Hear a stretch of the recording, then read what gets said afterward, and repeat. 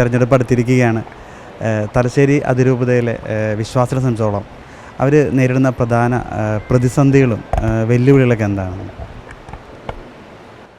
ഈ മലയോര കർഷകരെ സംബന്ധിച്ചുള്ള പ്രശ്നങ്ങൾ എന്ന് പറയുന്നത് ഞങ്ങൾ ദീർഘകാലമായി ഉത്തരവാദപ്പെട്ട കേന്ദ്ര സർക്കാരിൻ്റെയും കേരള സർക്കാരിൻ്റെയും മുമ്പിൽ ഉണർത്തിയിട്ടുള്ള പ്രശ്നങ്ങൾ തന്നെയാണ്. ഇത് കേവലം മതപരമായൊരു വിഷയമോ ഏതെങ്കിലും വിശ്വാസ സമൂഹത്തിൻ്റെ വിഷയമോ അല്ല, മറിച്ച് ഈ പ്രദേശത്തിൻ്റെ പൊതുവിഷയങ്ങൾ തന്നെയാണ്. പ്രധാനമായും ഇവിടെ വന്യമൃഗശല്യം കൊണ്ട് കർഷകർക്ക് ജീവിതം അസാധ്യമാകുന്ന സാഹചര്യമാണുള്ളത്. വനാതിർത്തിയും കൃഷിഭൂമിയും തമ്മിൽ വേർതിരിക്കുന്നതിനുള്ള സംവിധാനങ്ങളില്ലാതെ പോകുന്നത് കൊണ്ട് വന്യമൃഗങ്ങൾ നിർബാധം കാട്ടിലിറങ്ങി മനുഷ്യൻ്റെ ജീവനും സ്വത്തിനും അതിജീവനത്തിനും ഭീഷണി ഉയർത്തുന്നു എന്നുള്ളതാണ് ഇവിടുത്തെ ഒന്നാമത്തെ അടിസ്ഥാനപരമായ പ്രശ്നമെന്ന് പറയുന്നത്.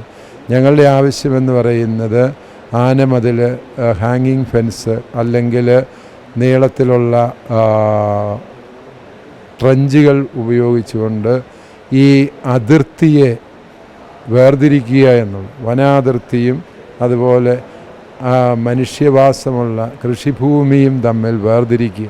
അതിനുള്ള നടപടികളെടുക്കാൻ ഉത്തരവാദപ്പെട്ട കക്ഷികൾ കർഷകർക്ക് ഉറപ്പ് തരണം. ഏതാനും സ്ഥലങ്ങളിൽ അത് എടുത്തിട്ടുണ്ട്, അത് ഫലപ്രദമായി കാണുന്നുണ്ട്. അത് യുദ്ധകാല അടിസ്ഥാനത്തിൽ അത് നിലനിർത്തണം. അത് നമുക്കറിയാം, ശത്രു രാജ്യങ്ങളിൽ നിന്ന് നമ്മൾ അപ്രകാരം സുരക്ഷയ്ക്ക് വേണ്ടിയുള്ള ശക്തമായ വേലികൾ 3000-4000 കിലോമീറ്ററൊക്കെ കെട്ടിയ രാജ്യമാണ് നമ്മുടെ രാജ്യം. അങ്ങനെയെങ്കിൽ ഈ പാവപ്പെട്ട കർഷകരെ സംരക്ഷിക്കുന്നതിന് വേണ്ടി 100-200 കിലോമീറ്റർ ദൂരം ഇപ്രകാരം വേലികളോ അതല്ലെങ്കിൽ മതിലുകളോ നിർമ്മിക്കുന്നതിന് സർക്കാരിൻ്റെ ഭാഗത്തു നിന്ന് സത്വരമായ ശ്രദ്ധയുണ്ടാകേണ്ടതുണ്ട്. രണ്ടാമത്തെ വിഷയമെന്ന് പറയുന്നത് ഇവിടുത്തെ വിലത്തകർച്ചയാണ്.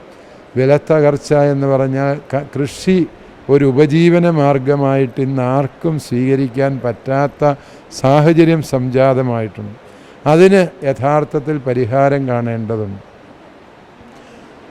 എന്ന് പറയുമ്പോൾ റബ്ബർ കർഷകരുടെ പ്രതിസന്ധി, ഇവിടുത്തെ പ്രധാനപ്പെട്ട ഒരു കാർഷിക വിള എന്ന് പറയുന്നത് റബ്ബറാണ്. റബ്ബർ കാർഷിക വിളയാണെന്ന് സർക്കാർ പോലും കരുതുന്നില്ല എന്നുള്ളതാണ് ഒന്നാമത്തെ ദുരന്തം.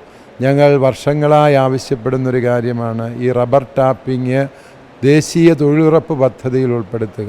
അതിലൂടെ റബ്ബർ കർഷകർക്ക് ന്യായമായൊരു വേതനം ലഭിക്കാൻ ഇടവരുന്നു.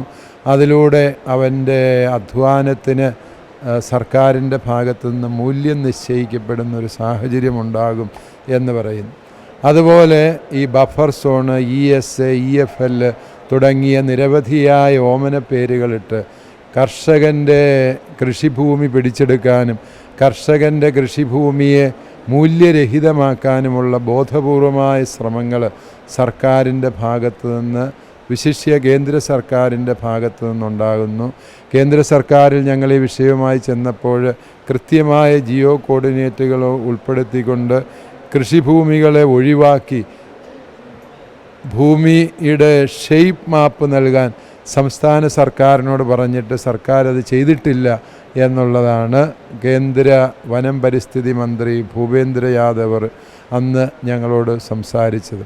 വർഷങ്ങളായിട്ടും ഇനിയും ആ ഒരു കാര്യം ചെയ്തില്ല എന്ന് മാത്രമല്ല, ഇപ്പോൾ ഈ തെരഞ്ഞെടുപ്പ് അടുത്ത സമയത്ത് ഉദ്യോഗസ്ഥന്മാരുടെ ഇഷ്ടങ്ങൾക്കനുസരിച്ച് ഒരു തട്ടിക്കൂട്ട് രേഖ കേന്ദ്രത്തിന് സമർപ്പിക്കാനുള്ള നടപടികളാണ് ഈ ദിവസങ്ങളിൽ പുറത്തു വന്നിരിക്കുന്നത്. ഇത് അങ്ങേയറ്റം അപലപനീയമാണ്.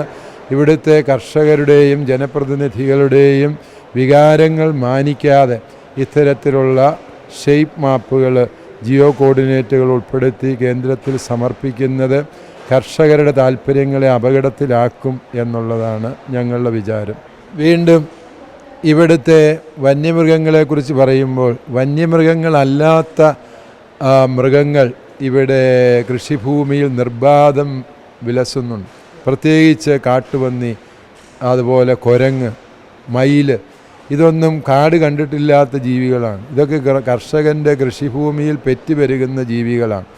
ഇവയെ വന്യജീവികളായി പരിഗണിക്കാതെ ഇവയെ ഇടമേലുള്ള ഉടമസ്ഥാവകാശം കർഷകന് വിട്ടു നൽകുക, അവയെ നിയന്ത്രിക്കാനും കൈകാര്യം ചെയ്യാനുമുള്ള അവകാശം കർഷകന് നൽകുക എന്നുള്ളതാണ് ഈ കൃഷിഭൂമിയെ സംരക്ഷിക്കാനുള്ള യഥാർത്ഥമായ മാർഗം എന്ന് ഞങ്ങൾ വിലയിരുത്തുന്നു.